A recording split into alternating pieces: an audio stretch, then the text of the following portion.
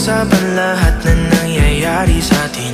Pagkatapos ako lamunin at suyuin ang panahon, pati sa panaginip di man lang uminahon. Sadya